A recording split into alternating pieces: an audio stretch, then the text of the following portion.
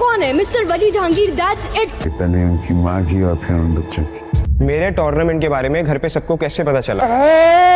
क्या हुआ? क्यों दूर जा रही है वो तुमसे? तुमने बताया, राइट? कुछ पता है या बस जजमेंट पास करनी है यहाँ पे? उसको इस बुरी कंपनी से बचाने की बजाय जिसे अपनी जिंदगी गुजारने के लिए दर बदर की ठोकरें खानी पड़ रही हैं, तुम उसको फैसिलिटेट कर रहे हो, है ना?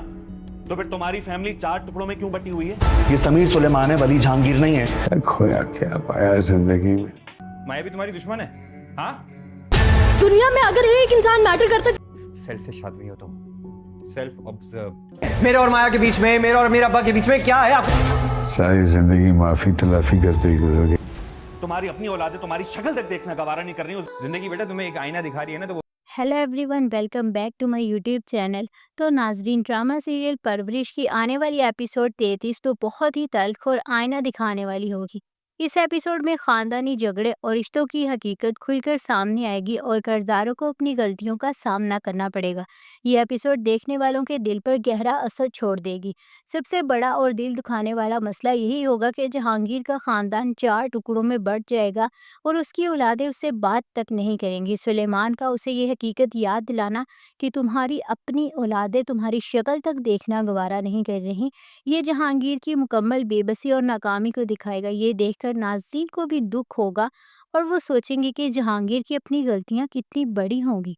वली के बॉस का आईना दिखाने पर नजरें ना मिलाना और ये कहना कि बस जजमेंट पास करनी है, वली का ये कहना यहाँ पर ये दिखाएगा कि वली अभी तक अपनी खुदगर्जी और गलतियों को मानने के लिए तैयार नहीं हुआ। उसका ये रवैया बहुत परेशान कुन होगा, खासकर जब वो अपने वालिदैन को छोड़कर आया था। माया का उससे दूर जाना और उसका ये सब ना समझ पाना भी उसकी नादानी को जाहिर करेगा। समीर का अपनी माँ और आनिया से झगड़ा और टूर्नामेंट के बारे में किसी को भी ना बताना, ये दिखाएगा कि वो अपनी बुरी आदतों से बाज भी नहीं आ रहा अभी तक।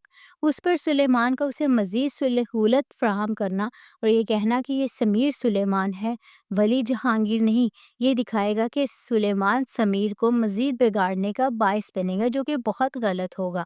सुलेमान का जहांगीर को उसकी गलतियां और ख़ानदान की हकीकत वाज़ेह अल्फाज में बताना ये बहुत ज़रूरी और हकीकत पसंदाना होगा।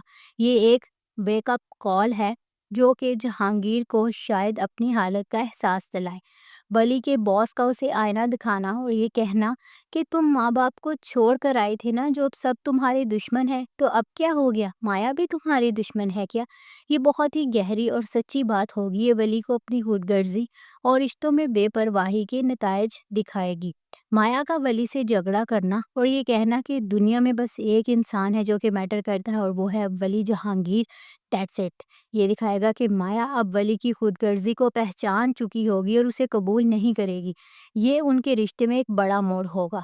जहांगीर का आनिया के सामने ये कहना कि सारी ज़िंदगी माफ़ी तलाफ़ी करते गुजर गई, पहले माँ की उनकी और अब बच्चों की, क्या खोया ज़िंदगी में और क्या पाया, ये उसके अंदरूनी पछतावे और बेचैनी को ज़ाहिर करेगा। ये दिखाएगा कि वो अपनी गलतियों का एहसास कर रहा होगा।